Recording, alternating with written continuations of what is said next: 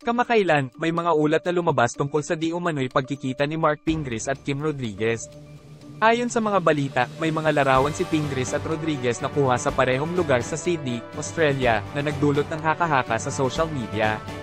Gayunpaman, ang asawa ni Pingris na si Danica Soto Pingris ay tila hindi nababahala sa mga alegasyon at nananatiling kalmado isa. Wala pang opisyal na pahayag mula kina Pingris at Rodriguez tungkol sa isyong ito. Sa kasalukuyan, walang direktang reaksyon mula kay Kim Rodriguez tungkol sa mga iniuugnay na sightings nila ni Mark Pingris.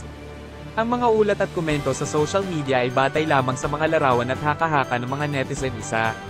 Ang talent manager ni Kim Rodriguez, si OG Diaz, ay nagpahayag na magbibigay siya ng komento tungkol dito sa kanyang showbiz, entertainment blog na Showbiz Update isa.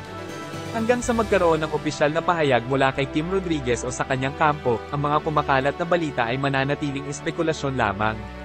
Sa ngayon, walang direktang pahayag o reaksyon mula kay Mark Pingris tungkol sa mga kumakalat na balita ng kanyang pagkikita kay Kim Rodriguez. Ang mga ulat at espekulasyon ay patuloy na lumalabas sa social media at iba't ibang entertainment channels.